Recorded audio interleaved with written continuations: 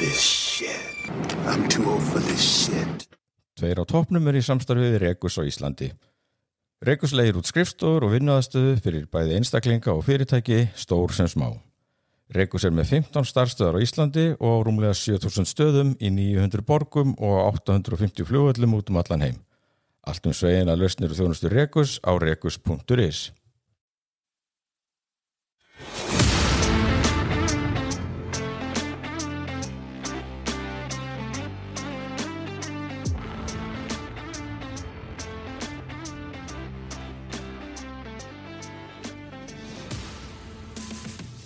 Höttufælinu hlustendur, þið eru að hlusta á hlaðvarpið Tveir á toppnum með Oddi Ævari og Tóta.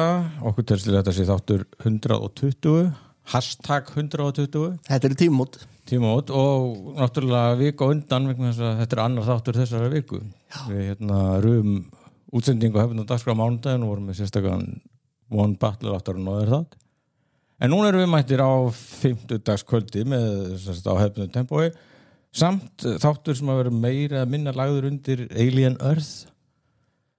Þættirna sem að voru að klárast á Hulu eða Disney Plus eftir í hvernig fólk nálgast á. Einmitt. Og hvað á ég að segja mér að? Ætlaði ég að segja eitthvað meira? Nei, ég er búin að koma þetta sé annar þáttur vikunar. Það nokkuð gott. Alltaf að kynna gestin. Já, ég fyrir rólega. Ég held ég væri kannski að gleyma ykkur. Við gleymum svo ofta að kynna gestin. Já, en náttúrulega Alien Earth, þetta náttúrulega einhvers konar stórviðburður.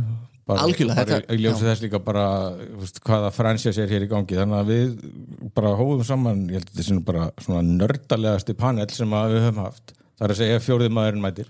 Já, og hann mun mæta. Já. En Björn Leví Gunnarsson, fyrirrænandi alþingismaður, hann mættur. Góðan dag. Góðan daginn, góða kvöldið. Og var mættastur, hann var komin undan mér, menn ég segja. Ótrúlega. Stundvís. Já. Mjög punctual. Já, mér líður líkamlega illa ef ég seinna einhvers staðar. Já, ég kannast skilja það, ég tengi. Já. Og einhvers staðar á leiðin ætti stórvinur þáttarins, Stefán Pettersson að vera. Einmitt. Hann var nú alveg búin að bara dipsa að fá að vera í Alien Earth þætti bara þegar voru bara 2-3 þættir komnir, sko, er ekki? Jú, nefnilega. Já. Hann hefur yfirleitt komið til okkar í kringum Star Wars, er það ekki? Jú, kringum Star Wars og Fallout. Hann kom til okkar í afar vinsalan þátt, þar sem við tölum við Fallout. Svakalega góðið. Og töluleikir. Já.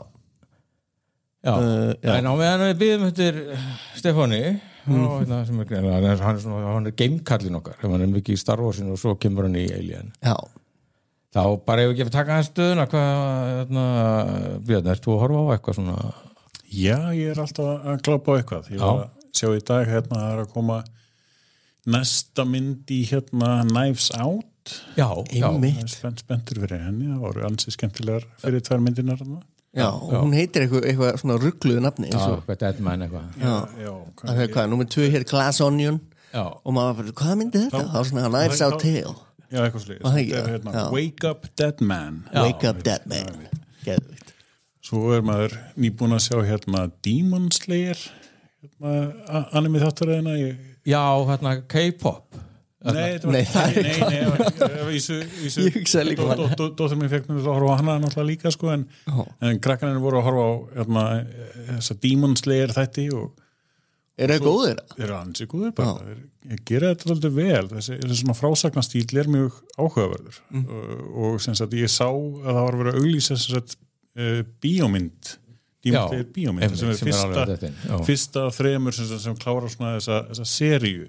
Og því ég vissi að þau voru að horfa á þetta þá ótaði ég því að þeim að hvort þau vildu fara og sjá myndina og alveg endilega og þá náttúrulega var ég að koma með og þá var ég að hámhorfa þessi 4 hvað sísun eða eitthvað svoleiðis sem að voru komin til þess að ná þessu og tók þá eitthvað rétt rúmri viku þannig að það var hvað er þetta? Er þetta alveg svona aðgengilegt fyrir okkur sem höfum aldrei horft á anime? Jú, mjög aðgengilegt þetta er náttúrulega mjög svona fantasílegt og snýst alveg mjög mikið sem sagt bara hverjir eru vondir og hverjir eru ekki vondir nema hvaða að ég held að spillir nú ekki miklu þeir taka alltaf sko baksögu djöflana. Þannig að maður sér hvaðan þeir koma. Hvernig þeir urðu eins og þeir eru. En það gerir það líka við hetjunar. og það svo áhugavert að sjá í rauninni að bæði hetjunar og skúrkanir lenda eiginlega í sömu svona sama trámanu í æsku. Já, Ok, það er rosalega dýft í þessu. Það merkilega góð dýft í þessu sko, og fara þaðan og velja annarkvort að verða einmitt djöflar eða hetjur. Vá, ég þarf að tjekka þessu, ég myndi örugglega að fíla þetta sko. Það hljóma þannig sko. Ég veit ekki af hverju, ég hef aldrei almennilega dottið í anim. Nei. Það er kannski, þú veist, ég veit ekki af hverju. Maður kannski svona einhvern veginn að maður þarf að, þú veist, velja að horfa á þetta sko. Einhver leiti, þetta er aðeins annar svona frásagnarstíl heldur maður kannski vanur. Já, einmitt. Akkurat. Já, þetta er oft mjög gott sko, ég er náttúrulega stóru krakkarnir við strákarnir mínir hafa náttúrulega alltaf verið svolítið á þessar línu, en ég hef séð ímislegt sko. Svo er þetta náttúrulega þessi undirliggjandi teiknimyndafordómar í þér, er það ekki? Þangað að koma eitthvað Invincibles eitthvað á Prime, þá lástu í mér að ég er að horfa á það sko, það er teiknað sko. Já, ég verð að veikina, ég er alveg með smá svona teiknimyndafordóma, eða svona, þú veist, ekki með þetta samt, og eins og þú segir, eins og Invincible hefur orðað það á Prime. Nei, svona óverhættu þetta sko, þetta er rosalega gott sko, þetta er alveg svona fullona sko, mjög svona þú veist, það er mikið blóð og svona, þetta er alveg bara alveg, þú veist, og byggir á teiknimyndasögum og rosalega vinsælt og svona minnir svolítið á The Boys, hefur orðað það? Já, þetta er svona svolítið svipað nema þú veist, gerist í sínum eigin heimi og hérna, mér finnst það sér rosalega góð sko. Rosalega saga, þú veist, hann á pappa sem er vinsælast og bara stærsta óverhætt í heimi og hann er sjálfur svona uppkvölda sína krafta sko, svo kemur ýmislegt í ljós og ég ætla ekki að segja meir sko, mæli með þessari seríu sko. Þannig að kannski er ég ekki með fordóma gagart. Nei. Maður þarf eins og með animið, þá þarf maður að venjast sko hversu íkti taka ákveðna tilfinningar. Einmitt. Og það er bara önnur framsetning á því hvaða tilfinningar er að vera að tjá. Akkurat. Og mann finnst það kannski vandræðilegt að því maður er ekki vanur að sjá, þú veist, þetta er mjög barnalegt kannski eða eitthvað svoleiðis, en ef maður skilur að þarna er bara verið að segja þessa tilfinningu á mjög íttanáttum, við sumum karakterinn að vera afskaplega pirrandi, en það er þessar ígjur sem eru notaðar til þess að koma skilabúðum á framfæri og þeir átt að segja á því að þá er það ekki eins pirrandi. Maður er einmitt stundur svona bundi við hennar norræna realisma sko. Það er ekki Norræna það er ekki amerískur svo þunglinda en svo ég myndi vera fyrir maður daginn það er alltaf einhver ákveðin pólitíkus alltaf eitthvað vælum einhver bæði kristin gildi og svo var slá sko skjaldbar einhverju íslenska menningu, hvað er íslensk menning? Er það ekki amerísk menning? Er ekki búin að vera gegnsýr að þessu í 70 ár? Jú, ég meina, okkur tekst að gera samt mjög svona oft þungar og þunglindislega bíómyndir. Já, alveg sérlega. Sem ekki sérlega amerískar það er ekki miklu evróskar ekki allar evróskar myndir sjúklega þungar og ég veit ekki, ég er bara að velta stein. Við dettum svona milli þess og svona ákveðins surrealisma, svona fyndins surrealisma við förum í myndina sem voru útsendruð Reykjavík eða Astrobíu eða eitthvað svoleiðis og það verður kannski það er svona íslenska kannski afbrigðið af alveg, einmitt, algjörlega En þú átum minn Ertu búin að sjá eitthvað? Býtu nú, hvað er ég búin að vera að horfa á? Það er svo ruglað með að þegar við tókum, þú veist, við vorum hérna bara daginn, sko, og ég venlega er ég alltaf svona alveg fullur af bara svona efni, sko, fyrir næsta ég er bara svolítið búin að vera í House of Guinness, sko. Já, þú ert þar ennþá. Já, á Netflix. Já, þannig að þú varst svona eitthvað svona svolítið að beitaði hörðum daginn, sko. Já, þetta hressist. Mér finnst þetta alveg hressast. Mér finnst þetta svolítið svona þáttur sem þú getur haft í gangi þú ert í símanum og svo svona, þú veist, lyftir hausnum upp þegar gerist eitthvað áhugavert og mér finnst það alveg, þú veist, mér finnst það alveg koma að það dettur inn að þetta verður mjög áhugavert og ég hefur náttúrulega mikið áhuga á Írlandi og þú veist, Guinness bjórnum skilur og það hjálpar, sko, að vera með það, sko. Þannig að já, og svo er ég náttúrulega bara búin að byrja á Slow Horses. Já. Hefur þú hort á það, Björn? Ekki séð þú. Vá, þeir eru fálega góður, sko. Við erum eiginlega svona Slow Horses sendiherrar Íslands. Er það ekki? Jú, við hefum svolítið, það má segja við höfum uppgötað á, ekki? Já, þú uppgötað á. 100%. Þú ert fyrsti maður til að horfa á þetta, sko. Við erum að tala bara Gary Oldman, bara í gýr. Hefur hann einhvern veginn verið betri það?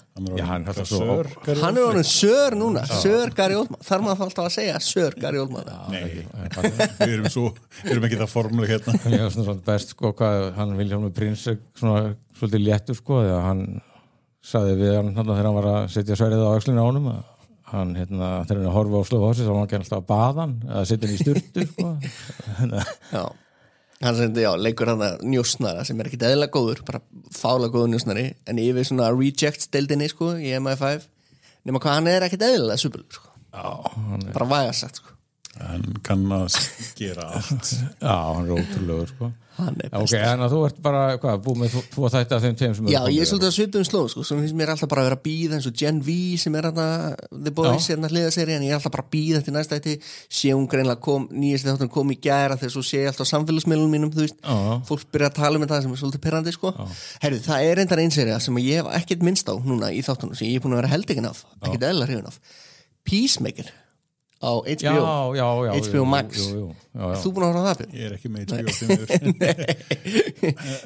það er þetta náinni núna á Íslandi Jú, núna er hann var búið áður ekki hægt að kaupa á eðlilega nátt nákvæmlega og þetta er sem sagt bara þetta er bara með því betra sem er í sjónvarpi í dag sko. Þetta er ofurhetju þættir gerist í DC heiminum, Tóti, þú náttúrulega þekkir þetta út og inn. Já, ég hef ekki séð þetta en ég þú hefur ekki séð þetta? Já, en þú hefur alveg talað um þetta oft í svona þáttum sko. Já, en sko, en ekki, núna er önnur sería í gangi sko. Ég hef ekki talað um hana sko. Ég man ég talað, er það? Já, það er svona betri en hinn. Já, þetta er eitthvað John Cena eða ekki? John Cena, hann er eiginlega bara sína stórleik í þessu sko. Hann er ekkert eðlilega góður. Þú veist, það er eitthvað sem hann getur ekki gert ég bara spyr sko. Og það eru svona alls konar, þú veist, þessi mynd tengi Superman myndinni þessi þættir sig og það er svona önnur vítt er rosa svona, það er svona víttarpælingar í þessari setni serju og ekkert eðlilega bara hver þáttur öðrum betri sko. Ég mæli með ég er alveg bara, þú veist þetta eru 2 þættir eftir komin 6 á 8 þetta er eina af þeir þættir sem ég er svona heldteknastur af núna ok og ekkert eðlilega fyndin ádela einhvern veginn í setjum sér bara ef ég geti spilt þessu öllu fyrir ykkur þá myndi ég bara váka ég myndi gera það sko. Ég ætla ekki að gera það Hvað er komin 5 þættir í Gen V eða 6, 5 sennilega Já, eða ekki, 4 eða 5 allavega og ég var ekki búin að horfa á neitt af þessu þegar þú varst að tala um þetta í þar síðast þætti en ég er bara búið með 5 af 5 sem eru kominir ég tók tókst nýjasta bara og ég var svolítið lengi að komast í gangi eftir hvað er, allir 1,5 ára 2 ár síðan að fyrir fyrstu séri laug Það er mjög langt síðan ég myndi ekki neitt, þú veist, ég var alveg bara Þetta er erfitt, hvað er langt á milli í serían sko. Það sem ég er að býða eftir eru næstu seríur af Silo til dæmis Ég er mikið láta Ég var mikið láta á Silo Ég er sérstaklega ánægð með hvað þeir gera bókunum góð skil Já, það er þannig bara, og það sem er gott að vita sko, við það er að sko, bækuna klárast serían þar er búin það er ekkert eins og Game of Thrones sem að átt eftir að skrifa síðustu bækunar og eitthvað svoleiðis sko. Ég var bara í alveg bara búin að gera ráð fyrir að þetta væri byggt á einhverju bókaserju sem væri ekki búin að byrjaði sem smásugur Hugh Howey skrifaði þetta fyrst sem smásugur og safnaðist upp í heila bók og þá var þetta bara orðið einhvern veginn það vinsælt held áfram og hann kláraði þetta í 3 bókum ég veit ekki hvernig það teljast núna held ég sem 3 bækur sem trilogía og það er mjög áhugaverður svona munur á hvernig bækunar eru þannig að ég nefnilega var bara að það eru konar 2 seríur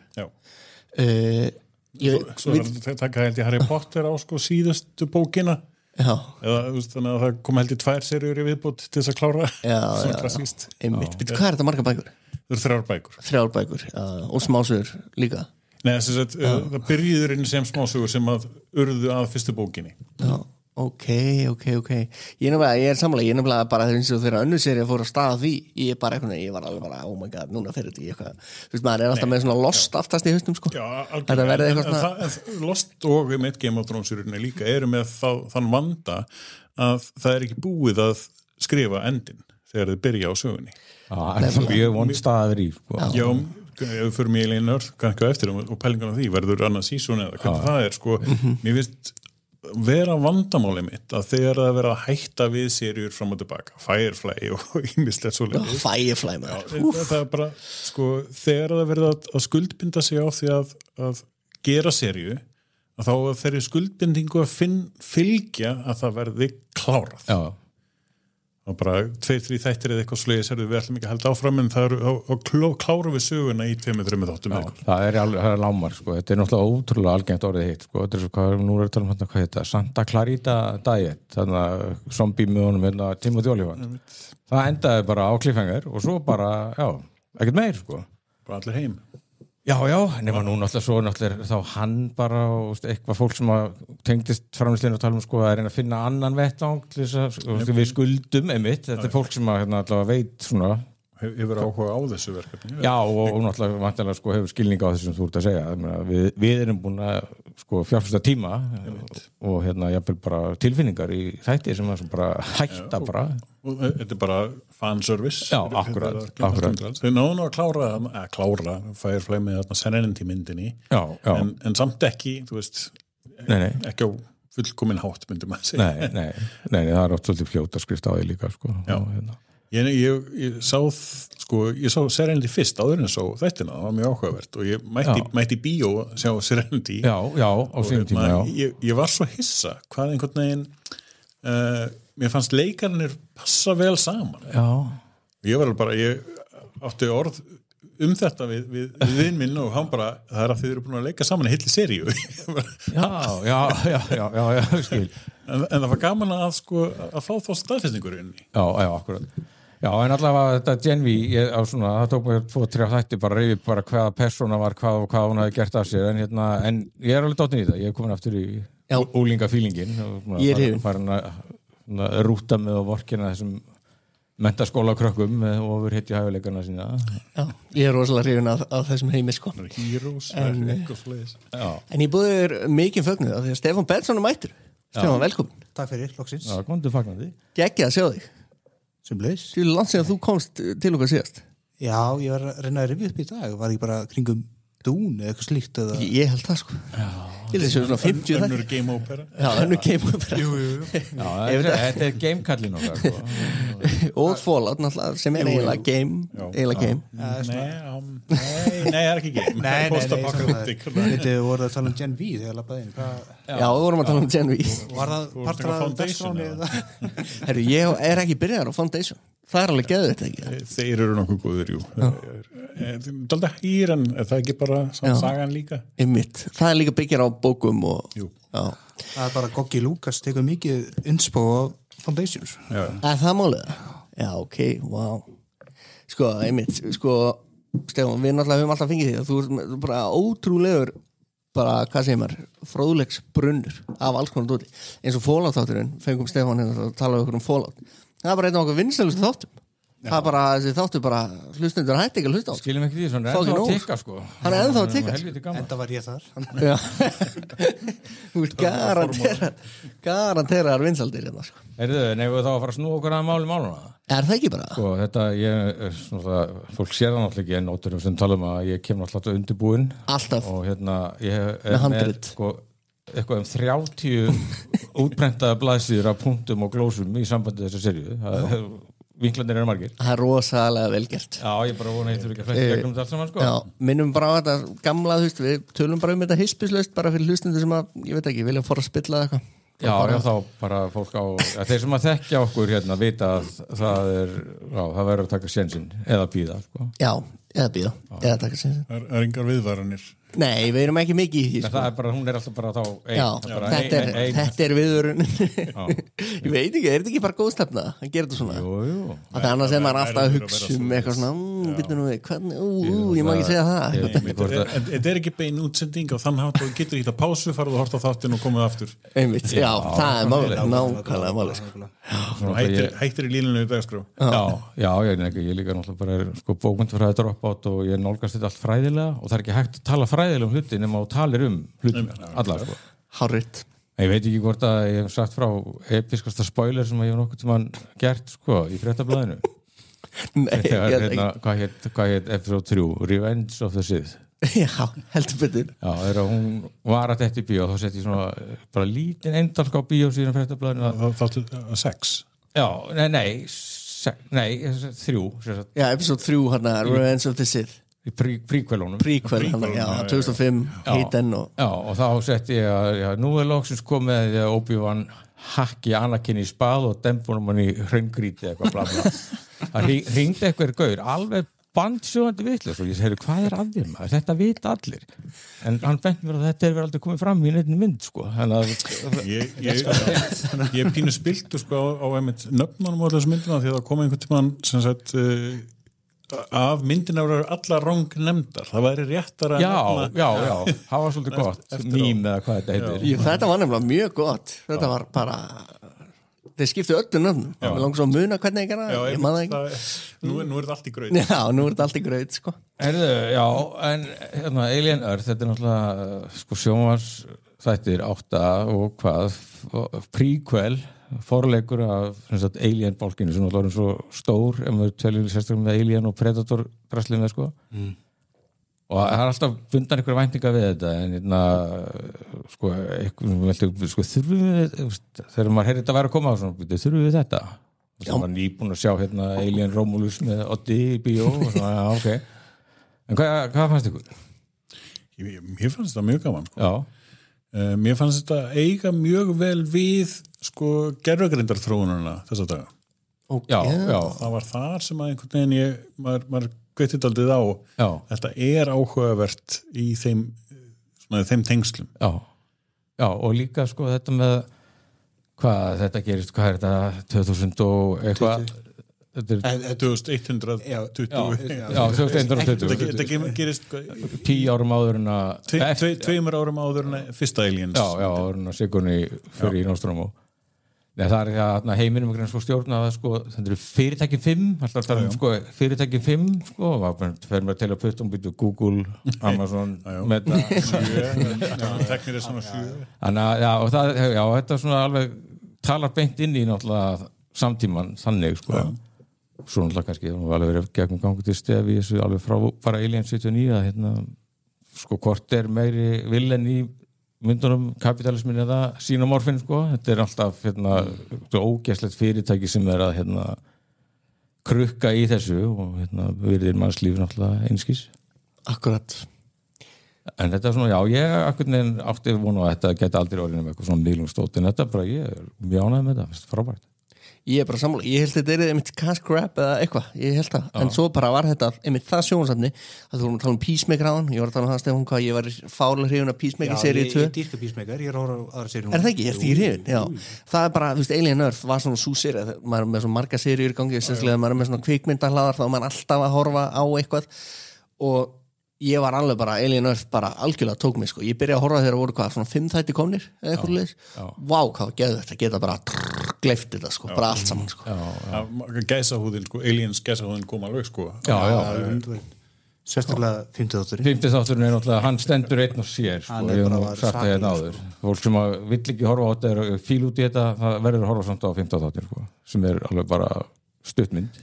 Alien stuttmynd, bara algjörlega eins og eitthvað kritikar sagt besta innleggi í bálkinn frá Aliens það er bara helvítið vel gert sko. Já, Stefán, þú spáður í þú sendir mér skilbúð þegar voru svona 2 þætti konir eða eitthvað, að þetta er nákvæmlega sem Tóti var að segja, bara besta Alien síðan að Aliens. Náttúrulega það eru bara raun bara 2, þú sem getur solid sagt 2 góða Alien-myndir Alien og Aliens. Hitt eru sumt er gott, sumt er alltaf lagi, sumt er með en ég fannst Aliens alveg bara frekar gott á mörgu liti sko.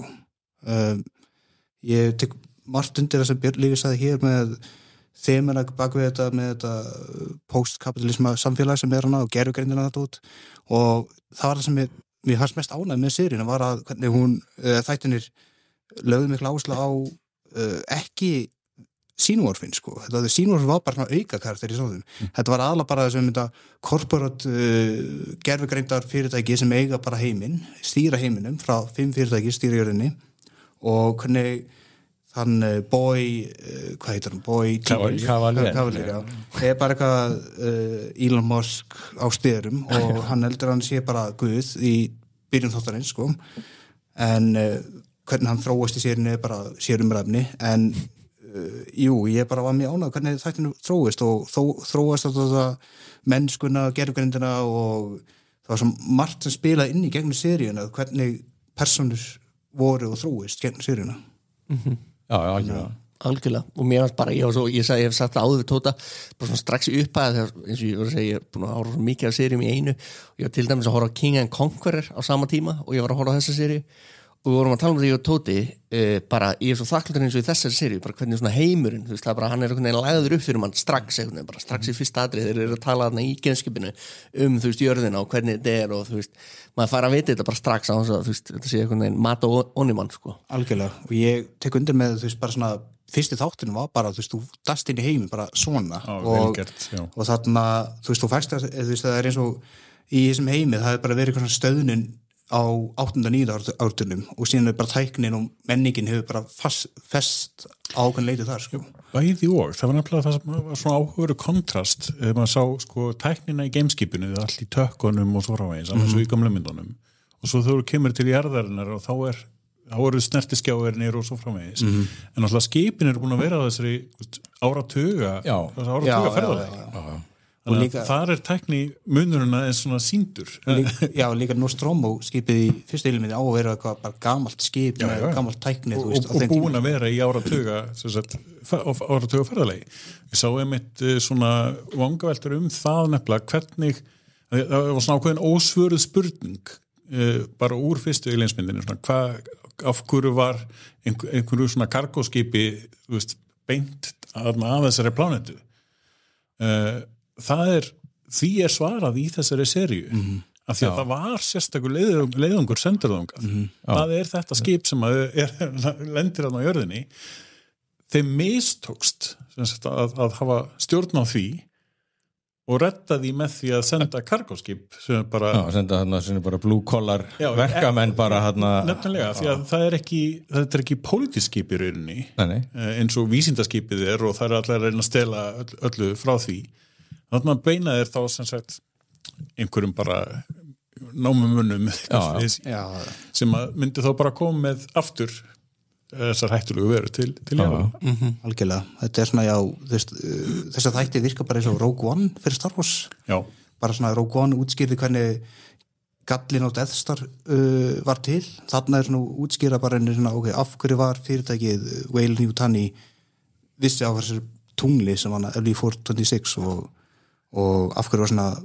mikla örvendingu að ná síni eða hvað sem þetta var sem var að ná sín tíma í svona mynd Það líka á nú einhverjir gagnrýndur út eða gagnrýndur sem tala þessa seríu þessi Andor Alien eða bara það sem Andor gerir fyrir Star Wars þetta að gera fyrir Alien og svo náttúrulega þetta verið að gæla við að reyla pottit að vera gera önnur seríu Það hlýtur Nei, það ekki búið ákveða Það ekki búið ákveða Nei, en þetta stendur á undir sér dómarnir er náttúrulega bara frábærir gegnum sneið og þetta verður alveg fengið það mikið áhorf þannig að hann alveg hvað heitir hann Noah Hawley sem alltaf tók að sér að gera Fargo að sjónvarpsefni og greinilega alveg pæltur og eitthvað að gera hann alveg, segir að sé alveg hellingur eftir sem það þarf að explora í þessum heimi og alveg til hann bara býð eftir að þetta Disney ákvörðun inn í end þetta er no-brainer Það fullt af bókum og svo frá mig samtlega í þessu Já,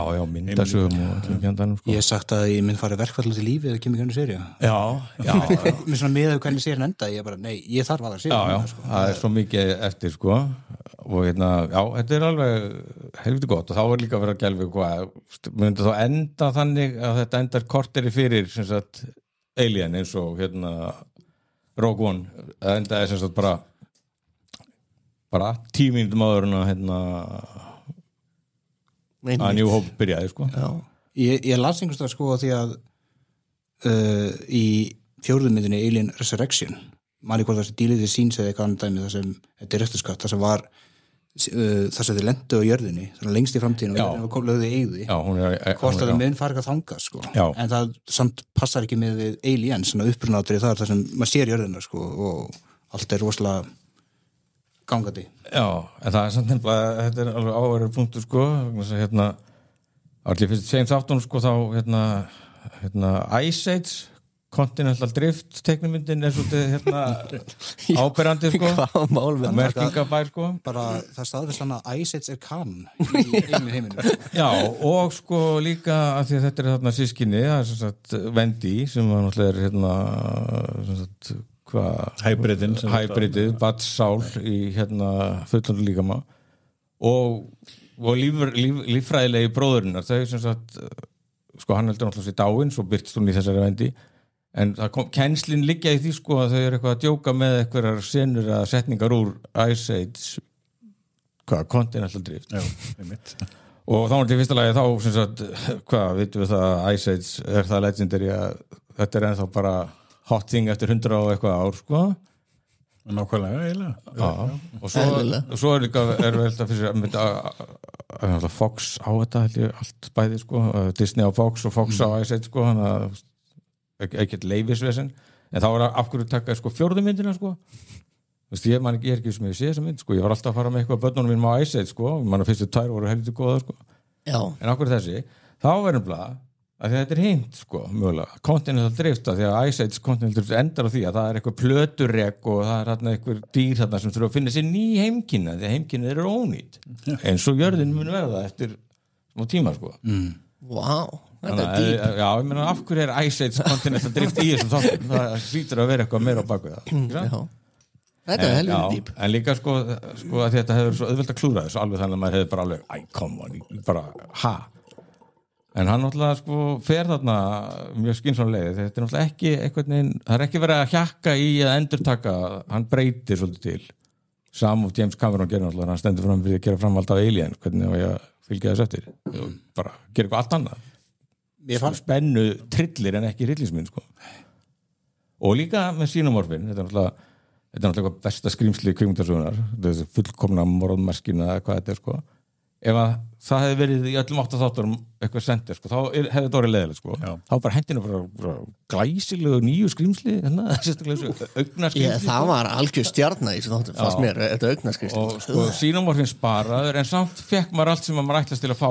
af xenomorf og Alien það er facehugger, það er chestbuster og það er góð aksjón með xenomorf í stuði sko lítið gott sko eða svona bara sniðulist sko innfaldur skalli af kind í gler bara þessi kind mér reyndi martraður þessa kind sko ég var ekki 50-70 þáttina sem það sem einn af hybrid börnunum lokkaði þarna doktorinn inn í búrið og þarna undir sæðið og kindis var hann bara starrandi allir tíma, þetta var svo Eye of Sauron sko, bara fylgjast með öllu sem í kringu sig og bara plotta allt sem og greinilega sko hvað þetta kallað Octolus eitthvað, hann komið 3-4 nöfn á þetta sko, að xenomorfin sem að við höfum aldrei séð óttast neitt hræddur við þetta kvikindi sko við sáum líka og meittan, augað meitti xenomorf sko var smáslagur og maður hefur náttúrulega aldrei séð þetta áður í Alien og þá er sko spurning sko er þessi kvikindi kannski ekki að hýtast í fyrsta skipti sko er þetta tegundir sem að þekkjast sko bara kemur nú þetta auga hérna þegar ég er að dunda mér við að drítja þetta paknið sko. Er ekki ólíklegt að þau geti náttúrulega ekki smitað þessi kvikindi Nei, það er náttúrulega augtóttir í xenomorfinum sko. En maður hlýtur að fá smá augsýkingu þegar hann fer inn í augað eitt sko, það hlýtur að eitthvað Já, en við höfum alltaf séð auga í Alien sko. Nei, ég er bara hands down, ég finnst þetta bara hræðilegt skynnsli sko samt xenomorfin er með sko auglokk inn í höfðinu Já, þau eru alltaf lokuður beinagrindi, eða þú veist það er bara beinagrindin er bara sínir augasvæði svo er bara eitthvað filma yfir þannig að maður sér ekki augun á hann Wow. Og náttúrulega í þessum loka þætti eða 8. þætti sem náttúrulega ég veit ekki hvort að ég fer í ævilegt verkfall eins og þú Stefán ef það kemur ekki meira en maður gleymur í smá tíma sko þetta er ekki cliffhanger en það er bara svo mikið af öngum sem maður vill vita meira eins og augað er alveg bara að koma sér vel er að taka sér góða stöðu þarna í restina það var mikið lumbraða kringum auga sko, hvernig myndi taka, þú veist það myndi sleppa búrinu lossir við kindina og hvað aðalkartur myndi ráðast á en síðan resna bara á líkið á stöndinni Jesus Christ sko og komur eitthvað zombie vinkill í þetta sko. og þessi fucking Elon Musk strákur sko, þegar hann var að tala bara hvernig á ég þú veist, ég verð að setja þetta auga í mann hvaða mann og þegar hann var alltaf að setja hann í vörðin og ég ætla að finna einhvern sem er gáðari eða eitthvað svona að finna einhvern veikan þannig að það þarf að ræða við hann getur ekki talað í kind sko það var svona gott gegnumgangandi þema bara hversu mikið honum leiddist já, alveg opbúrslega hann var bara að finna einhvern sem var gáðari en hann finna einhver áskorun síðan þannig ég mitt í fyrst má bara spilla þáttunum sko. Í lokin, þegar Wendy lokaði hann í búrinu þá fann hann loksins einhvern sem var actually bara gáðar hann og hann hafði ekki orð þess að vissi hvað að segja það brosti svona vandræðilega Það ein af svona athugasemdunum sem ég hef séð þessa seríu er hvernig fólk svona aðeins að kvarta í núverandi ástandi þess að það sé komið mikið af kvenhetjumyndum og ýmislegt svoleiðis og kannski transumræðina einhvern veginn að litla stelpan sko sé að skamma fullorðna fólkið og sterka fólkið og svo framvegis en hún í róbóta líkama það skiptir engu máli hvort hún sé sem líkamlega sé stelpa eða ekki. Nei, ég sá einmitt á vinsalum Facebook-hópi íslenskum þar sem var að vera að ræða hvað væri penandi, hvað hún væri ótrúlega öflug sko, sem svona svipið umræðin svona Star Wars og hérna og Ray sko, Boy Genius gerði það náttúrulega þannig hún átti að vera með mikið processing power til þess að geta átt í vitrænum samskiptum við hana hún var beinlínis hönnuð til þess að leysa ákveðin vandamál algjörlega Svo þetta bara allt í sko, algjöru syngi, þetta bara eins og Skynet í Terminator, sko, gerfugrindin hún alltaf svo fljóta að læra og pikkar allt upp og þetta fer hún fram úr skapara sínum, bara eins og Wendy gerir fyrir utan það, að þetta er náttúrulega þreytt umræða, sko, þegar inselin byrja, sko, en svar líka bara, hey, sko, fuck you, sko, Ellen Ripley kona og bara, sko, einhver mesta kvenhetja í kvikmyndasögunni, hún kona og þetta var 79, bara, come on, hvað æfur? Var ekki svipið umræða 79 þetta? Hún bjóði þetta bara til ég var nú ekkert eftir umræðinu 79 en það hefði engin verið að pæla í þessu sko.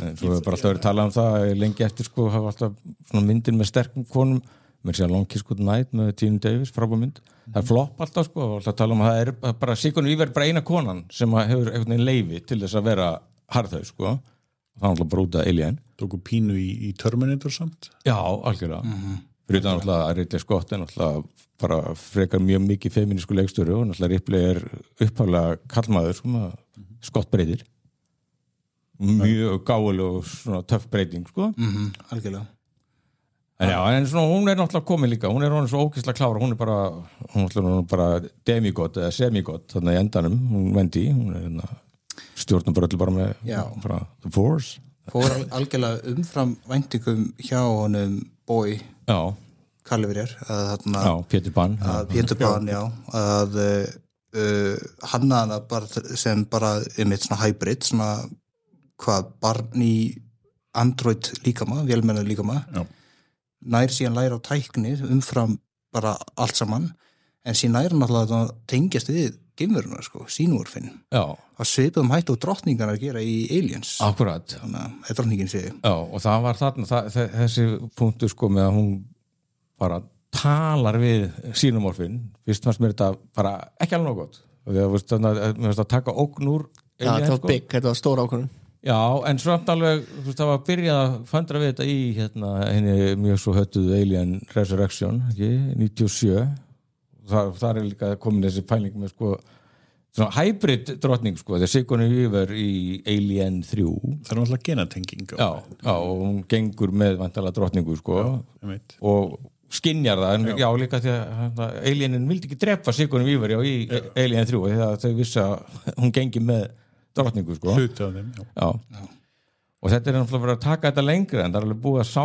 þessu frægi sko. Ég meina þetta er alltaf að gera sérna með gerfugrindina bara hérna í jörðinni við erum að nota hana til þess að hafa samskipti við hvali og svo framvegis þannig að það er ekkert svo fjarri lægi að eins og Boy Genius segir við hana þú ert bara hátalari spilaðu bara þau hljóð sem þú vilt þú heyrir þessi hljóð lærðu á hvað þau þýða og spilaðu tilbaka og bara notaðu þessi samskipti samskipta máta og með þessa overtölvu sem hún þá er ekkert óskiljanlegt að hún nái að skilja hvað það verið að segja, þetta er bara tungumál Algjörlega, ég þannig að var að tala við félagin minn þessu þætti og bara saman við þannig að atriði úr Aliens þar sem Hudson svo var leikinn að Bill Paxton Game Over man og talaði var líka saman sko, var ekki hann sem var að tala saman tala geimveruna sem eins og bíflugur þú veist, verið saman að ég hugsa að vindi náði svona ákveðin tíðni sem höfðaði til geimverunar og það lendi þess að maður sá bara í hvað 7. 7. þætti náði þessum tengja og síðan svona þætti eftir það þá bara svona var algjörlega komið með kontról bara að skipa verunni fyrir. Það vantar það eins og maður í svona seinni þáttunum það líður þó nokkur tími maður sér það í sem sagt hversu mikið geimveran stækkar sem við vitum að gerist rætt en það svona býna óljóst hversu rætt og það að minnst á einhvern tímann að það eru 2 mánuðir eða eitthvað slegis á milli þegar hún hvað sem minnst og komin hana í þú veist, millisterðina með hvernig hún í síðasta þætti þannig að þú veist, það pínu óljós hversu langur tími en á öllum þeim tíma hún að læra þessi samskipti í uppbeldi í rauninni sínumórsins þannig að það mjög skiljanlegt að í lokina þá bara getur hún sjónan sig svona flúent í og greinilega það myndast þannig samband milli vendjar og þessa sínumórs að þetta bara svona líkuð bara sér svona eitthvað loyalty eða traust sko og þá náttúrulega sko getur náttúrulega vendi eftir heldur áfram og hún verður náttúrulega þá eiginlega bara hættulegasta persónan í þessu öllu saman því að hún verður svona bara eins og Daenerys Targaryen, hún verður bara með sko sínumorfa hér en ekki drega sko og stjórna þeim bara að vil sko. Hvað fannst ykkur hún á þetta samskipti við bróðurinn eða bróðurinn eða þetta er bara eitthvað skrimslið sem að vilja geta okkur og þá segir hún náttúrulega geta ykkur hún svaraði einhvern veginn þannig fannst ykkur það alveg svona og svo tala hún um tenginguna hversu hún var að tengjast skrimslunum sko ég reynar við þetta upp Já, skrimslinn náttúrulega outsiders og eru sett í stöður sem að þau voru ekki að biðja sínumorfin var ekki að biðja að fluttu til jarðarinn sko voru alveg að tengja við þetta Já, mér fannst að þeim tímpúti hún er svona hægt að róla átt að sá hvað hún er sko. Hún er hvorki mennsk, hún er ekki dvelmenn hún er bara eitthvað svona mitt á milli og það er svona, hefur verið svona þema seríunar alveg frá byrjun þess að hún vaknar í nýjum líkama og átt að sá hver hún er en þannig að mér fannst alveg passa mjög vel að hún myndi tala svona það kom ekki upp á þurru að sjá ákveðna samlíkingu hún er outsider með hvernig var komið fram við á þessum það er komið fram við þau nákvæmlega eins og geimururnar, bara sem einhver tilraunadýr og labrats og bara við erum að rannsaka ykkur bara Ég hafði rosalega gaman af þessum hópi sko, af þessum krökkum Lost Boys Já, bara þú veist, af þessum og bara sko, stelpan sem að vildi fara heim rauðhara hún var skeri, mér finnst það bara mjög skeri þegar hún var hún var svo lík stráknum í Children of the Corn hérna ég rökk alltaf við bara þegar hún byrði hún var svo reið á svipin líka rosalega reið sko, þegar hún var hérna með vísindakonuna skildi það hvað hún gat gert og vísindakonan þessi sálfræðingur hún skildi það líka það á nákvæmlega sama hátt sá maður sömu hræðslu við sínumorfin, hún síndi bara mjög svipur í því þegar hún lendi í því að hitta á ströndinni þá var bara svona þessi getur dreif mig hvar og hvernig sem er Já, svo líka með þetta með að vendi geti tala við dýri sko, hún alltaf tengingi myndast innan gæsa við móðurkviði, hún er farin að tala við sko eggið og svo feysökarinn og það var mér svona samt, þetta er náttúrulega væntanlega sko villidýr bara trillt villidýr sko, sem er alltaf sér regla fréttir mjög þú veist, einhver rússnesku bóndi sem að tóka sér lítinn grísli hún og svo voru þeir bara vinir í 8 ár og bóndin alltaf að gefa bángs að borða og svo bara drepa bángs í bóndan sko. Þannig að þú veist aldrei hvenær sko sínumorfin getur alveg snúið gegn því einhvern tímann og taka Prometheus-in í þetta sem þetta byrjar svona hvað í dettifassi nei sko er ekki Prometheus eina sem að verið vera svona systematist alveg sleppt einhvern veginn að vitna eitthvað í það er einhvern veginn svona tengingar mismikla við eiginlega allt úr þessum bálki en þegar við átaka upprunan sínumorfana það var svona vísbending af því að það hefur verið hér það mitt bara svona dettifossi En fyrst við erum að tala um Prometheus núna og framhaldið Alien Covenant, það náttúrulega nóga höfund þáttarins Alien Earth hún er bara svona nokkuð skýt saman með þetta príkúldæmi, hann er bara að hugsa bara Alien og Aliens, aðalega Alien bara ég ætla að byggja þætti, það er bara hvað er að gerast þá og þegar Já, bara það tengjast við eitthvað sem gerist áður, það er bara þeirra vandamál að tengja það saman sko, við handisöfunda sko hann er ekkert að spá í Prometheus. Nei, þetta sko flækistíðið á Alien fór náttúrulega alveg út úr kortinu með Prometheus og hinni myndinni Covenant. Já. En einu samfella það er alltaf dökkhærð kona sem er aðal protagonistin í þessu öllu saman sem hvort að Númi Rapace eða Sigourney Weaver eða þessi Wendy og hvað var nokkuð annað sem já, og náttúrulega David hvað heitir hann? Fassbender og svo Ash í fyrstu myndinni og svo Bishopin undan þeim en það er svona þessir gerfi menn synþarnir hafa alltaf svona anal áhuga á xenomorfinum sko. Gerfi mennirnir í þessari seríu sko. Geggjaði sko. Svakalega. Það er áhugavert að sjá einmitt af hverju hann tekur þessa ákvörðun að hleypa þeim út. Það kemur ekkit Kirs Heyrðu, einmitt, það kemur alls ekki fram hvað heitir leikarinn? Timothy Olyphant Vá, ég var svo ánægð með hann og líka hinn mannin sem var í skipinu þau voru alltaf í ykkur svona bífi sko. Casey Erna Cyborg já. Það er synth og það er hybrid já, það er einmitt nefnilega, það er gott að fá þessa aðgreiningu það er það sem ég ætla að koma út í með að þú veist að tala að Wendy væri fyrst getið sjá dökkara leikonuna sem ekki menns, hún er bara vélmenni, svona hybrid svo nýtt þannig með það Cyborg sem er bara maður sem með einhvers svona vélmenna útlimi bæði í hausnum og í hendinni sko.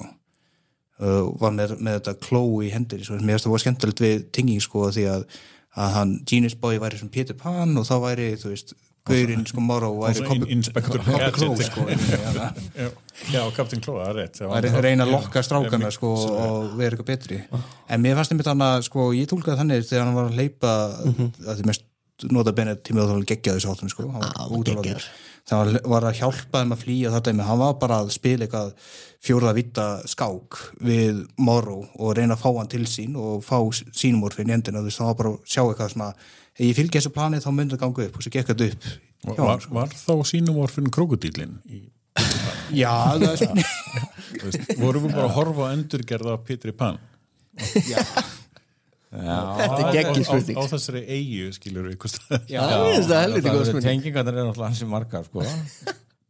ég hef ekki pælt þessu góð punkt Neverending Land en svo er alltaf með þennan Curse Timothy Olyphant sko. hann vinnur hjá þessu fyrirtæki einu sem fyrirtæki Prodigy já en svo eins og Michael Fassbender í þessum príkvölum hann er hann að vinna bara fyrir fyrirtækið hann er með eitthvað í agenda sko, hvaða skipanir er hann með maður held á hann með þetta tímbil að hann var að eitthvað svona plotta sjálfur sko, komið í plan en sem var hann bara plotta Synþar virðast ekki vera þannig þeir eru bara með sína skipanir ekki sjálfsprottið plott eins og hybrid sinns vegar geta verið með nema að þeir brotna og verða bara geðvikir eins og Michael Fassbender í vissulega, Isaac Asimov hefur gert það hans og ofta er svona stór hluti af pælingum allra sagna hjá Isaac Asimov fyrir hvernig svona robotalögum og þeim geta bilað og hvernig það er að raga það, hvernig geta það farið út af spórunni og svo hefur nú talað áður bara í framhjálpi sko, tenginguna við Blade Runner sko, þetta er eitthvað af þessum fyrirbænum, þetta er eitthvað svona replikant sko, talað um því iMaker einhvern tímann, mikilvægur gaur í Blade Runner og svo náttúrulega Timothy Olyphant náttúrulega bara tekur steldu stílnum af Roy Batty Rutger Hauer í Blade Runner á ekki Blade Runner gerst í sama heim já það er allavega hintinir og mörglis að sennilega er það planið í upprunalega myndinu var talað um Tyrell Company sem var hann fyrirtæki úr Blade Runner og hann tengt sko þannig að því Blade Runner var líka svona futuristic cyberpunk dæmi sem svipaði svo Alien á okkur leiti sko og við erum komið fram yfir sko fyrsta Blade Runner fram yfir þá dagsinningu þetta er ekki alveg á sama tíma náttúrulega kannski er þetta andur tíma lína þetta er hvað einhverjum 100 ára áður og meiri sé að nýja Blade Runner myndin 48, var ekki 2048 hún var alltaf á þessari öld svo var náttúrulega ný Blade Runner 2099 sem er í vinslu núna sem held ég á Amazon held ég það er samt á undan Aliens en mér skilst að það er svona hinta að það mynd svona tengja meirast við Alien heim, að þau komið nær þeim heimi sko, það mynd vera svona meira að sjá svona tengingu þar milli það eitt af því ég alltaf með þess að krakka á hilum mér varst krakkarnir skemmtilegast það var eiginlega hápunktur seríuna fyrir mér bara öll þeirra samskipti bara þú veist eins og þegar strákarnir voru þarna þú veist þegar hann var að tala við strákinn og hóta fjölskyldina hans og hann svo stressaður og svo var hann einhvern veginn að reyna að gera þetta einhvern veginn gerðu það vel bara þetta var ekkert eðlilega gott en svo hann náttúrulega þetta alveg frekar svona stór viðburð þegar einum af stráknum tekst að deyja í rauninni sko fyrir hann að læsi sér inni með hann sírunni og svo bara ég pældi í því sko ég er samtalvunafræðingur fyrst að var hægt að sko hlaða upp vitnesku mannsins í þessa vél af hverju þá ekki hægt að geyma afrit af vitnesku mannsins í einhverju vél og bara hlaða hann upp í næsta hybrid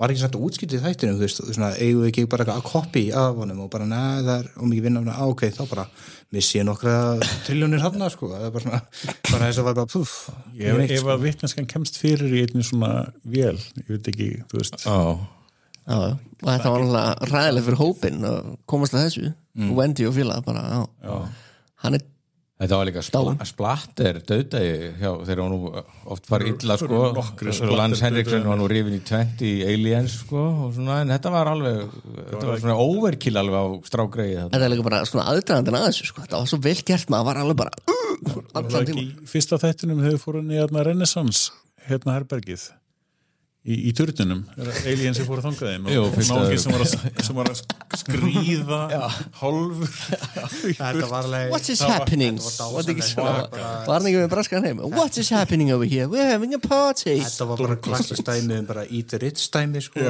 bara kemur inn og bara gjörsamlega splatturinn Mikið var það Það ekki hugmyndum heilt gameskip að búið að lenda þarna bara okkur alveg saman við erum með gerðist í svona bakgrunni við erum með Renaissance party Mér fannst það gott fyrir splattaðatina, þó þau voru ekki það mörg í gegnum seríuna en þegar þau komið þá voru bara svika brútal sko. og þú veist bæði sko þegar maður svona nokkur neginn sá þau gerast en líka þegar maður sér svona the aftermath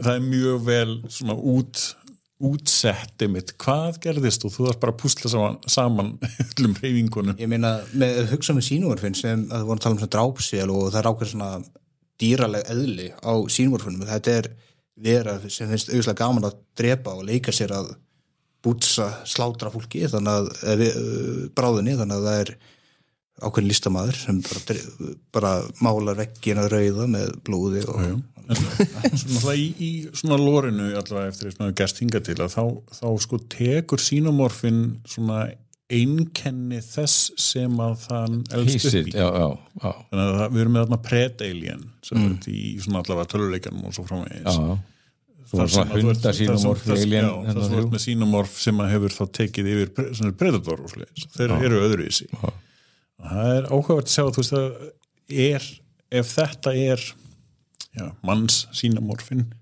er eggið sko af því við sáum náttúrulega þessa risa sko í hérna Aliens þeir eru komið inn í sem sagt gameskipið þarna það var satt einhver þarna við svona stjórntæki hvers konar alien kemur því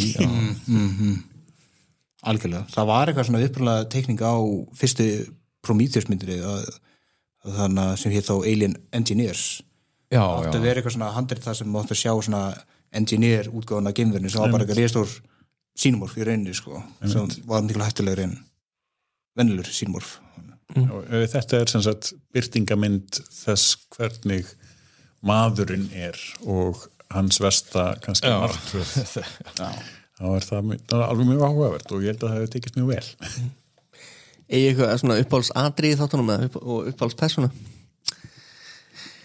Góð spurning þetta er góð spurning og ég getur svona henni sjálfur sko ég náttúrulega þeirra auga sko bara fyrsta atriði sem ég að við rættum þetta bara þeirra auga kemur sér maður alltaf að velta fyrir sig hvað varðum auga sko þegar maður svo hissa hvað þú veist ég tókst vel að berjast auga þegar komst þarna út svo bara hvert fór það hvar með það popp upp þeirra byrtist svo í kallinum á ströndinni döður sko greið Ég fannst einmitt þannig uppáhaldspersonu það veist fyrsta sem personu hugsa er Morrow hvernig persóna hann var og líka einmitt augað að því leiti að alveg saman hvað hvað var í gangi, ef augað byrtist þá var ég bara mjög innbeittur og bara nú, hvað er það bralla núna, það vinnur bara eins og í 5. þættinum sem er svona talaður bestið þáttur seríunar, að það er hann allstað sem augað var, þú veist, hann var að plotta eitthvað, hann var alltaf að reyna að gera eitthvað, fyrst var hann að slá í gleri til að fá athygli hjá doktornum og til þess að svo doktorinn myndi ekki horfa á brauðið sitt þegar plattan var að reyna að verpa þar inn sko, eða var hann að vara við? Nei, ég fekk alveg þá tilfinningu líka mér skilst það höfundinum að hann var að vissi hvað var að gera, þannig að reynda að fá athyglinur. Já, mér fannst þetta að vera evil. Já, þetta eiga samt stund, það síndi einhvern tíma svona einmitt, það var ekki alveg afgerandi alltaf hvað það var að gera sko, og væri enda alltaf í illum tilgangi en þetta er bara eitthvað mest svona evil og ógeðslegasta skynnsli sem ég séð í bara sjónvarpi. Það verðist eins og sko auga sé meðvitað hver efstur í fæðikeðjunni og þá eins og í skipinu þannig í 5. þættinu þá var bara vissi, ok, sínmorfin er hann verðist að vera efstur, ég ætla að ná honum, ég ætla bara að fanga hann og tæla hann til mín og nota alla kringum mig til þess að fá hann. Já, sko ég veit ekki með atrið en mér fannst náttúrulega bara þessi 5. þáttur vera eitt stórt atrið og vera bara geggjaður og uppáhaldspersóna mín obviously er náttúrulega Atom 1 aðalega bara því að uppáhaldsleikarinn minn einn af þeim, Adrian Edmondson úr Young Ones og Bottom er hann að fara á kostum einmitt og sem að það var náttúrulega plottvist með hann í restinu sko kemur ljós að hann var mögulega, það kemur ekki beint fram en hann er líklega uppeldisfæðir Péturs Pan sem að Pétur Pan bjó til þess að láta drepa pappa sinn orginalpappan Adrian Edmonds, hann var í Star Wars eða ekki? Jú, hann var hérna stóð alltaf til hliðar þegar Kylo Ren var að taka æðiskostin nei, þannig að General Hux var að taka æðiskostin og hann var alltaf stóðberga en þá eru 2 Star Wars leikari í þessu þáttum Timothy Olyphant og svo hann já, og svo náttúrulega ég var alltaf gert mér varst Timothy Olyphant frábær sko og Kurs mjög skemmtileg persóna Ég held að uppáhaldsatriðið mitt sé þegar að Boy Cavalier og Yutani er að hittast og taka samningaviðræðinar það var vel spottað sem svona hann var alveg óþolandi með smá reynslu af pólitík að þá var þetta svakalega kuldalegt einhvern veginn og kunnugilegt kunnugilegt skítuðar tær og geima fætuna kvíla fætuna bara svona attitútið hvernig sem sagt samningaviðræður fara fram það var bara þetta var snildar orkestra einhvern veginn svona í Var þetta svona á þingið? Sko undirtónnin er alveg sá sami þetta er sko svona það sem ég fannst eiginlega best við heildina í þessu er einhvern veginn sko mennskan sem er undirliggjandi en á ekki séns hún er alltaf að berjast þarna svona glóin af mennskun er þarna einhvers staðar á bakvið hún er mjög svona mikil kannski í bróðurnum hún er kannski þar helst en hann er bara way over his head sko, þú veist og mennskan einhvern veginn er svo undir í allir þessu botnleysa ofbeldi sem að xenomorfin er þessu valda plotti sem að fyrirtækin eru í maðurinn er hann einhvers staðar á milli og bara á eiginlega ekki breyk sko. Ég fannst að þetta eru verið ákveðin eins og tala held ég nefndu áðan að svona ákveðin sterk þema í þessu seríu er að það er þessi fyrirtæki sem stýra heiminum og hvernig allir í samfélaginu er eitthvað svona undirliggjandi fyrir því sko þetta eru eins og í skipinu hvað fann fyrsta þættinu og 5. þættinum er að þau fari í 65 ára mission bara vita, bara hefur mér alveg saman ekki sama en þú veist, þeir eru alveg tilbúin að fara eyða 65 árum í skipinu og allir sem vinna kringum Boy Genius eru bara undirliggjandi hans skipunum og hans ráðum þannig að þú veist, í loka þættinu þegar börnin náðu að sleppa þá eru svolítið bara að losa keðjuna út frá sér og beislið það er alltaf það sem þessir hybrids eru þeir eru pínu kannski von fyrir mannkynið ef að þú sem mannkyn sem á ekki séns í xenomorphs eða í rauninni sinns eða allt þetta sem er þannig í gangi að þá ertu með eitthvað sem getur sett í svona það jafnvætis en hverjir eiga það er einmitt svona valdaspurningin einmitt Erum við ekki að taka smá þjóðrembing, við erum alltaf Ugla Hauksdóttir leikstýri 2 af þessum þáttum, Jú. 4. og 7. Svakalega góð. Já, alveg bara Vá, hvað vel rosalega gert. góð, sko. Hvílíkur legend. Helviti flott, sko. Ég myndi hann að bara tjera þeir sko þegar ég sá bara Ugla Hauksdóttir Íslendingur Já, maður bara, ég er nú ekki mikið að svona, ég er ekki rosalega mikið Íslendingur í mér en þarna var alveg bara, yes! Ok! Það sér það í Síló líka, tónlistin. Já. Ég man ekki hvað hann heitir af þessu en svakalega góð tónlist þar og það einmitt Íslendingur. Vá, nú er þetta bara konar sem mikið með langar að muna hvað hann heitir, sko. Já, svo svona viðtökurnar, mér syns svona, sko, hún hefur hækkað á Rotten frá því að við Oddur vorum að tala þessa seríu fyrst, sko. Þá stóð þetta í 87% og kom upp í 93. Vá. Þegar þetta endar. Atli Örvarsson. Já, Atli Örvarsson. Það flettir þessu bara upp á. Já, bara svo snöggur að ég held að Oddur byrjar að fletta þá koma svona alveg þagnir og allt þetta niður Já, gerist ekki þá með en hins vegar hefur hún sko hafa þetta farið úr 78% í áhörvendatölunni niður í 66 Já. Ég sá það á dreifingunum sko, það flestir alveg elska þetta en svo eru þó nokkuð margir sem eru á versta.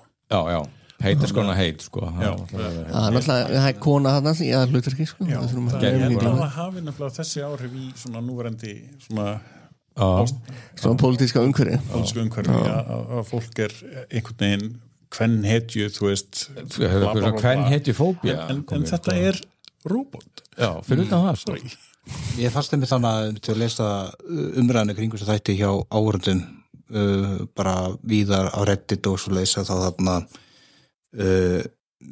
ekki öllu stuðum fara á fókus á þetta og þegar aðalpersonar sé kona eða slíkt sko þau fara svona nitpicka sem finnst alltaf aukast með hverju ári líkuði sko það er svona eftir sem líður, mér finnst að auka sérstaklega eftir COVID eða einhver ástæðin með samfélagsmiðlum sko, það er svona super nitpick á ístæðist margt það sem ég las í þessu nitpicki er að ég geti sammála ákveðin leiti en þetta er samt ekki það stórt að það truflaði mig það mikið Manstu eftir einhver dæmi það? Sko, það er mjög margir sem hata lokaþáttinn í seríunni ekki allir bara þegar þá er hún komin alveg á fullt Já, þeir fannst það bara vera bara ekki svara nú mikið og það er bara eðlilegt og slíkt sko gerst alltaf hratt sko, ég get reynda að tekið undir með fannst lokaþáttinn vera svona mér fannst þess að pingulítið þess að serían gat alveg verið 9-10 þættir sko en endaði svo í 8 því það er bara eitthvað svona standard í sjónvarpsþáttum núna nú til dæmis eins og þættir hvað heitir þættinir Knights of the Seven Kingdoms Game of Thrones þættinir eða bara verið 5 þættir sko þannig að framleiðinu eru bara alltaf að reyna að gera það einn styttra þetta er alltaf svolítið peninga í sig sko þessi þættir náttúrulega hver þáttur kostar náttúrulega bara með House of the Dragon munið því, ég mun að gleyma því House of the Dragon allt í einu sería 2 bara styttum 2 eða 3 þætti ég er búin að gleyma það, það var mjög steikt en ég veit ekki þetta nýttbygg þetta er líka, þetta er alltaf að vera versna sko, og ég held að þetta er í takt við þessa sko, styrluðu einstaklingshyggju sem er að ég veit að galt sko, þetta er bara ok, þú ert búin að sjá 7 Alien myndir, búin að sjá X-Mark Star Wars myndir, svo bara ég vil ekki tafa þetta svona þetta á ekki að vera svona á þetta ekki að vera bara get alive Luke Skywalker hefði aldrei gert þetta þetta er bara, þú veist, come on hvað er þetta? Myndist að ég var að horfa á Demon Slayer það komur einmitt óvart að seríunar voru mislangar það voru bara það eru þessu mjög flókið að tala seríur í þessum þáttum en allavega fyrsta serían var lengst, svo komu bara einhverjir 8 þættir og svo komu 15 þættir eða eitthvað svoleiðis það er þetta mjög mismunandi 8-15 það er bara sagan það er bara að klára söguna ég er eiginlega sko, mind blown að heyra þetta ég er svo vanur bara 8 eða 10 þættir og það er að tegja með söguna í eitthvað season eða eitthvað þú er ekki við Netflix þætti, við höfum oft talað um þetta bara það er alltaf muni í maður, það er alltaf bara 12 þættir þeir voru að gera Marvel þættina voru ekki alltaf 12 þættir en það var bara 13 20 eitthvað þættir náttúrulega verið í Cable TV á þessum gamlu sko, þegar það þurfti að vera yfir allt Já, þannig viljum við sko gamla fólki viljum hafa 24 þætti í sísoni eins og var í Dallas og eins og Law & Order er núna, ef þeim er fækka eitthvað eins og það er mjög pirrandi Af einhver ástæð notið alltaf þannig að þættina Supernatural sem að var einhvern veginn í gamla daga sko, þá var eitthvað 25 þættir hverju seríu og hver þáttur var 40-50 mínútur þetta var alveg stórkostlegir þættir en síðan alltaf var bara annar hver þáttur var bara filler, það bara eins og, þú veist, allt bara, við skulum hoppa frá aðalsviðinu og gera eitthvað allt annað, sko. Uppáhaldsþátturinn minn af þeim var einmitt þátturinn sem gerði grína sjálfum sér. Við tókum þarna, svona, var einhvern vampíru þáttur og var svartkvíti þáttur. Alveg rétt, já. Stórkostlegt. Gaman að þið geta gert grína sjálfum sér í svona alveg. Já, mjög gott. En Alien náði mér einmitt þarna þegar 50 þátturinn byrjaði, þá ég segja, come on. Og eitthvað flashback á nú að koma með eitt fillerinn sko. Ég hugsaði það líka Oddsalveg, nú gargar Oddur Netflix maður þetta er ógeðslegt en þá var þetta bara besti þátturinn að því ég skoðaði, ég byrjaði að bráða svo seint eins og ég sagði ykkur hérna áðan og ég sá einmitt að síðast þátturinn hét hérna In Space No One já og ég bara, er þetta svona þetta gerist í gameskipinu frábært ég hugsaði þetta svo bara ég myndi að fagnaði því þegar ég fattaði hvað þátturinn myndi gerast sko, því að þetta var svona bara undirleikjandi alla seríuna, svona hvað gerðist þannig að maður fekk bara svona sjá byrjununa þú veist, þetta var svolítið snubbótt þau voru bara í kaffistofunni bara svo í illumyndinni keðjureikjaðana og drekka kaffi og tala hversdagsmál, einhver pervertana stendur hana og er alltaf stara á eina sem sér pervert var það og enginn einhvern veginn eitthvað gríp inn í hann þetta var aldrei safe zone sko. þetta er náttúrulega bara 1970-80 sko, þannig að það var bara það var náttúrulega verst þegar hann sagði að tölvan veit ekki alltaf hverjir eru vakandi það var mjög skeri að hann sagði það en það er gott að sagði því að þá fannst það mörg þú veist hvað var að bakvið hann þú brosið á honum þegar hann sagði það var bara hann náðu líka þannig að einmitt atrið alveg í eitt af fyrstu atrið þáttana þegar stelpan önnur stelpa situr hann eitthvað að borða korflexið sitt og svo kemur hann og sest alveg upp í það mikið space þannig að það situr alveg hliðin á henni sko, svona vel óþægilegt en hoppum aðeins að þess að Tóti var að segja með þetta nitpick dæmi sko, á þess að draði langin er að þannig að þessi einstaklingshyggja með nitpickin er að mikið af þessar kvörtunum sem ég las var einmitt að var pingul þannig að þeir voru búin að koma með svona væntingar að gera Alien þætti fyrir sig sko. og þeirra væntingar var bara eitthvað svona Butcher Mayhem með sínumorfinu lausan sko en sem fenguðu alls ekki það og það er það sem ég dýrkaði þess að þætti það fór bara alltaf að leið sko. Þetta er eins og með Star Wars, þú veist, það er alltaf þessi eignaritt sko. Fólk er bara, ég á þetta þú veist, ég er með minningar þetta ég veit hvernig þetta á að vera og þetta er ekki þannig, þá trillist þig Hversu langt er í að fólk geti bara búið til einmitt eigin seri það er alveg komnar þannig sko síður eða þannig góður vísir að því ég er búin að sjá mikið af svona Star Wars myndböndum sem eru bara gerðugreinda það er eins og einn Star Wars youtuberinn Star Wars Theory eins og hann kallaður hann er mjög eitraður hann er mjög svona hann fór í the dark side sko, fór að elda hann hvað heitir hann frá Rúmeni hvað heitir hann yfir ógeði ég man ekki hvað hann heitir hann Andrew Tate, fór ekki að tala fyrir Andrew Tate og svo hinn og þessa svo fór hann allt inn að tala bara allt sem Disney gerir sökkar, ég ætla að gera með eigin myndir og það náttúrulega gerðugrindina til að gera það og hann skrifar ekki sjálfur, hann er bara að taka eitthvað svona úr gömlum myndir sem Dark Empire myndasöðinu Star Wars og er bara að gera sitt eigi gerðugrinda hlut sko úr því þannig að kemur allt mjög kjánalega út einhvern og vill hann ekki bara halda sig þá og þegja þá á meðan þetta er alltaf með Star Wars svo ótrúlega sem að ég vil nú ekki vera einn af þessum að til með einhvern eignarrétt en það pyrrum rosalega mikið þegar fólk sem að sko var ekki fætt þegar fyrstu myndin að koma í bíó og er að rífa kjaft, þú veist, ég var þarna sko ég veit meira en þú þetta varst þú í nýja bíói? Nei en hérna Jónas Áttaður Stephen King var gríðalega ánægður með þetta hann var ánægður I think Alien Earth might be my favorite the SFX are amazing not to mention gross and the dialogue is sharp the real monsters appear to be 5 corporations that have carved up the planet not to mention gross held ég að sé gríðarlega stórt hrós frá Stephen King ég myndi halda það og svo bara sko aðalgellan talandi að þeir fengi ekki þetta sem að vildi bara fá eitthvað sínum á sláturhús Sigourney Weaver Ellen Ripley Halló What I admire about it is it's not alien-centric. It's about what world we will be living in 100 years. I think the scope of it is so much bigger than an alien project. Fascinating. Much more about our world, what's going to be happening to it, what's going to be important, the role of greed. It just exploded some of the themes that have always been part of the Alien series, and I think it's beautifully cast and beautifully done. I can't believe it's television, frankly. Wow. bingo. Já. Sko munurinn kannski á einmitt þessari mynd og öðrum aliensmyndum að hinnar hafa verið mjög afmarkaðar á svæði. Já, og vissulega þetta eiga þarna, en jörðin samt þarna daldið undir.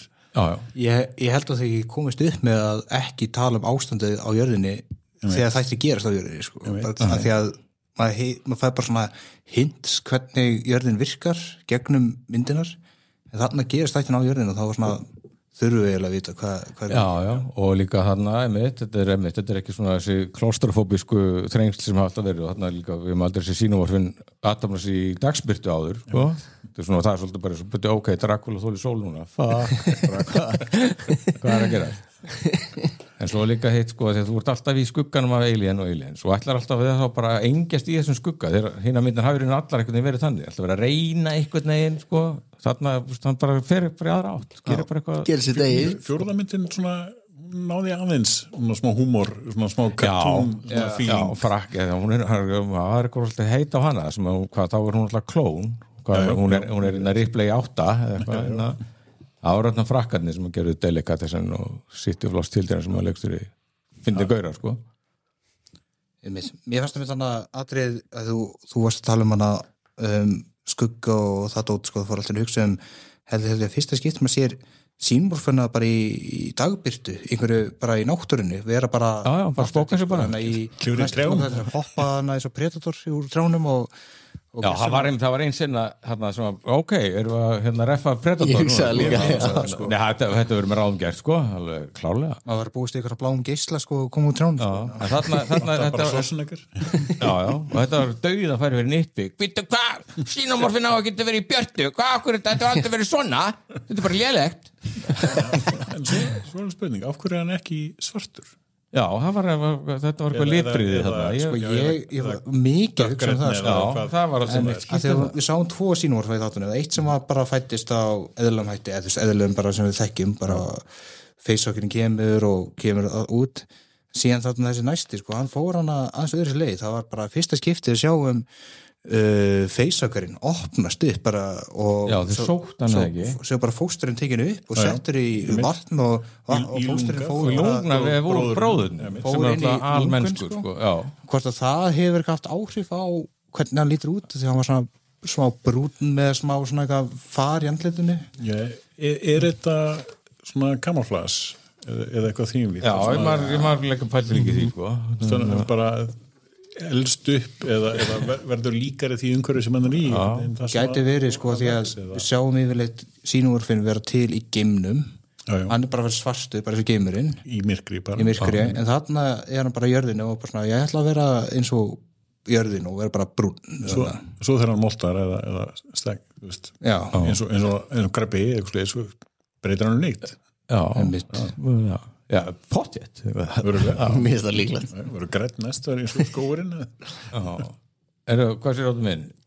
1:12 Spáði tímanum með Nei, ég er aðra bara spá, ég er að býða eftir Já, nei, við ætlum að geima fjarkan þannig til næst Þannig að ég vil bara fá fyrst sko fjólubláa og svo bleika Já, búður mjög erfið tæknileg fæðing Björn var að hjálpa okkur hérna Þetta er ekki djók þetta sem ég er að býða að fara að spila en bara talandi sko vægi alien fyrirbæri sem bara í daglegu lífi Það kemur ágætlega fram þarna, þetta er John Kennedy, þingmaður repúblíkana fyrir Louisiana, hann er að halda ræða á þinginu út af geislavirkum rækjum sem seldu voru í Walmart og hann sem fullir að þið getur orðið eins og skrýmsli alien eða borðið svona rækjur.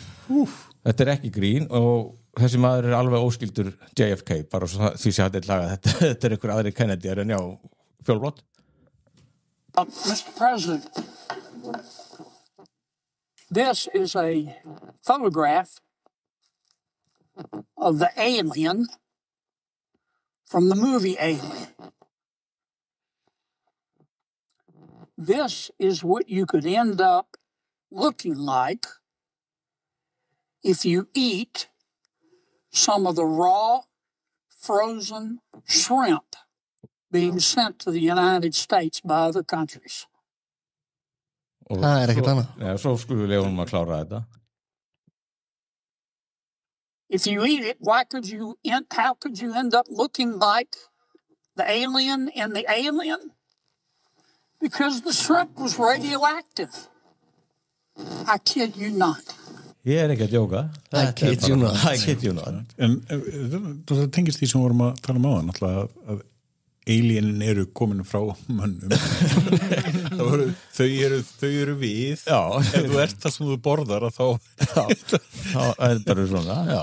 Nei, þá er alien sem sagt, ef að alien verður það sem að hún borðar og hún er að borða okkur Já, þá er þetta speilmynd okkar runni á því hvað verður ef einhver er ofar okkur í fæðukeðinni Já.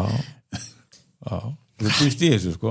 Algjörlega. Ég sá fyrst, ég sá þetta, sko, John Kennedy, ég held alltaf að það væri hittjúblið hana, Robert Kennedy, en því miður var þetta ekki hann, þá er brandarinn verið ennþá betri, sko. Sprautumæðurinn. Þannig að sínumorfar hafa þá tekið yfir hvíta húsið. Það eru eðlumenn. Það eru eðlumenn. Hvílík yfirferð, eitthvað einmitt bara gallar, bara, ef maður þetta bara grátbyggð ykkur nafna, einmitt þegar þú nefndir að síðast áttan að veri stutt, þið fannst hann serían hefði getað lengri? Já, mér fannst lokaþátturinn serían þó mjög góður, þá fannst mér svona virka píkuli bara eins og þáttur í miðri seríu þannig séð, sko. Þannig að klifferingarnir virkuð alveg á mig, ég spenntur fyrir næstu seríu, eins og ég sagði áðan, ég myndi fara verka alltaf lífið ef ég kem ekki önnur seríu, en ég fannst, það var eitthvað svona smá böggað með við þetta kliffengar, hvað sem mikill hann var, það er bara svona eins og ég hefði kannski, ef það veri ekki eins overwhelming kliffengar, þá hefði kannski verið meira sáttum. Já, það er svo margir ángar, eða svona lausvendanir eru þarna eitthvað út allt. Það myndi við séð þetta áður, það sem að sko næst síðasti þátturinn er langa einhvern veginn bestur eða miklu betri heldur en þetta var svolítið svona anti-klæmas kannski þessi lokaþáttur að því að það var svo geggjað sko stuði í gangi í þætti 7 en svo hérna að því að hann hefur verið að tala um möguleika framhaldi þá náttúrulega er baunutellinir á Disney þeir eru náttúrulega bara að horfa í þetta er alltaf bara þó þetta sé alltaf ganga vel sko þá bara ætla þeir að veðja á þetta og þá einmitt styttri þættir, færri þættir þetta snýst alltaf það hver sekund og kostar vantanlega skildingin í þessu dóti sko. Mér var serían vera full af skrýtnum svona endum þannig að segja, ég lendi oft í því einhvern veginn svona, þegar fór að líða á seinni partin í þáttunum að þá kom klipping sem að hefði geta verið þátturinn er búinn Já, einmitt En ég hugsaði samt sko alltaf þá, nei það var ógeðslega skrítið ef þetta endaði hér. Ég var alltaf einmitt að klikka festinninguna og það eru 17 mínútur eftir. Og það gerðist alveg nokkru sinnum í hverjum þætti. Þannig að sko endirinn eins og hann varð kemur mér ekkert á hann var þó betri heldur en þessi skipti sem að ef þetta hefði endur þá væri það greið skrítið ég verið að uppbyrja um einhverja aðra þætti líka en þetta var alveg mjög ábyrgandi þessu það kom svona svartur skjár á milli greinlega fyrir auglýsingar og ég var alltaf að byrja hvað er það sem búin að það er 17 mínútur það var alltaf 17 mínútur stundum eru kreditin bara 17 mínútur já, reyndar, nákvæmlega ég veit þannig að maður kom alltaf mjög ákveðin tónlist í lokin og maður svona heyri í bakgrunni og sér svona zoomaðist myndavélinn frá senunni og þá nákvæð þáttunum búinn þannig ég loka þættinu þegar ég sá þetta gerast ég bara, nei, ekki enda núna ég þarf að vita veira stopp nákvæmlega þetta er náttúrulega alls ekki gallalust frekar en annað en ég samt ekkert með á takteinum fyrir þáttum minn einhverja stórkostlega galla sko lífið ekki gallalust sko ég bara, kannski þetta eitthvað sem ég bara tala um nippika, vísinda fólki kannski hjóninni, kannski vilja veit eitthvað meira um þau ég þau ekki eftir að heitast aftur Jú, það er alveg mjög fyrirsjáanlegir mjög dramatískir endurfundir það er þetta rétt sko Jésús almáttur, þetta auga er bara ég er ekki grunst það á eftir að tala sko það verður að koma önnur sér auga gæti að reikna bí þannig í þættinum ég meina í rollu sem rollu ég meina þetta er karakter ársins sko, ekki nóg með að reikna það bí heldur gerði það að grína því já, með að skýta hana í búrinu það var snilt það verður að koma önnur sér bara á þessu auga sko Þetta auga má fá sér þetta má bara heita bara The Eye spin-off bara Eye Earth það má vera sér nýr bálkur in the making sko. Nákvæmlega Ertu búin að fara yfir handritið Tóti? Þú ert náttúrulega með 50 blaðsíður ég veit að við getum aldrei farið yfir þetta allt sko. Það átt ekki að vera að spyrja hvað er eitthvað fleira Eitthvað fleira? Það er aðeins meira hérna Nei, ég er alveg góð sko. Ok Ég er alltaf að eyða tíma í að undirbúa eitthvað þætti hann heitir T. Ocellus Já. Augað Heitir auga T. Ocellus og meðal annars og eitthvað meira, hann á nokkuð nöfn sko. Hann á nokkur eins og Sauron sko. Þetta er svona svipað dæmi sko. Fylgismölli Já, þetta er all seeing eye svolítið. Hvílíkum viðbjör sko. Líka bara þetta skít í þetta þetta kóngulóð sko, þegar var svona point of view frá auganu sko, svona, þetta var svona kóngulóð að sá svona nokkur og mér fannst pínu sko mikið gert úr því hvernig inn á Lost Boys hversu traumatís þetta var fyrir hana en kannski er það einmitt ekki þegar maður svona kynnist auganu betur bara þetta var að vefja sér hendina sko, þetta var að reyna að ná hérna bróðurnum sko Já, þetta helvít viðbjöð þetta líka, auga, það er svolítið viðkvæmt sko, þú veist, þegar allir voru að fara í svona leysa að gera augun sko, ég hef aldrei getað að hugsa bara, nei, ég get ekki látið að fara að eiga við augun í mig sko ég get ekki nota linsur sko ég er nefnilega ég er að spáði svona fara kannski í svona leysir mögulega, aldrei að vita stráka bara, það er búið að frábært hafa þetta er búið að vera geggjað þáttur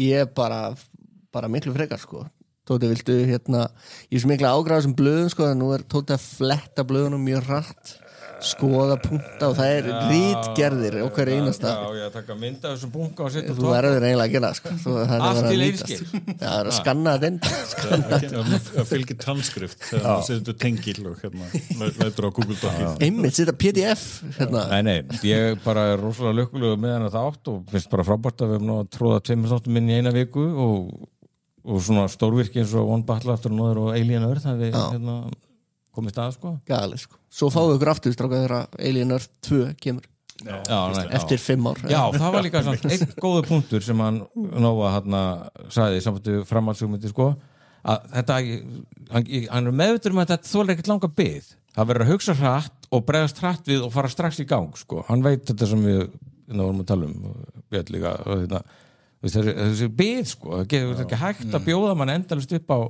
að líði 1,5-2 ára milli á það. Ég sagt ára að segja en eina sjónvarpssería sem að komist upp með þetta var Sopranos. Bara punktur. Aðrir eiga ekki að reyna þetta. Nei. Það tókst aðeins svona í COVID-inu að það var smá afsökun. Já, þá varstu komið með, þá verður það sína skilning.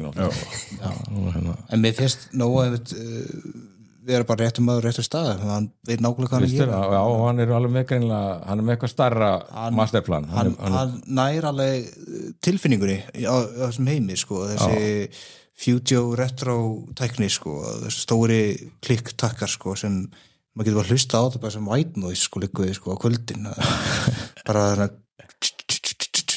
svona komaði kannski að í lokin ég ætla að halda bíókvöld fyrir vinnufélagana mína sem að enginn þeirra hefur séð Princess Bride Já wow. Það er rosalegt Hvað, hefur þú séð hana? Ég hef séð hana, já Það er ótrúlega, þú ert alltaf, já, nei, ég hef ekki séð á mig. Það er nefnilega minn karakter í þessu hlaðarpi að hafa ekki séð neitt, sko. Já, það er svona, það er partur af dýnamíkinu. Já, það er partur af dýnamíkinu. Nei, það er frábært, þetta er ótrúlega samt, hvað, þetta er svo geggjum mynd, sko. Já, alveg snildarmynd, einn besta mynd bara. Classic. Já. Algjör classic. Inconceivable, bara. I don't think you know that word means you know what you think it means. Ok, ég get ekki segja þetta. Já. Í Míko Montoya Lögnuvind Zini Þetta voru frábælokar, Tóti Viltu kveðja? Segja eitthvað með hana Nei, við bara hittumst að viku liðin eða eitthvað Eða mándaginn já. Takk hella aftur fyrir komuna Já, þetta var frábært Takk fyrir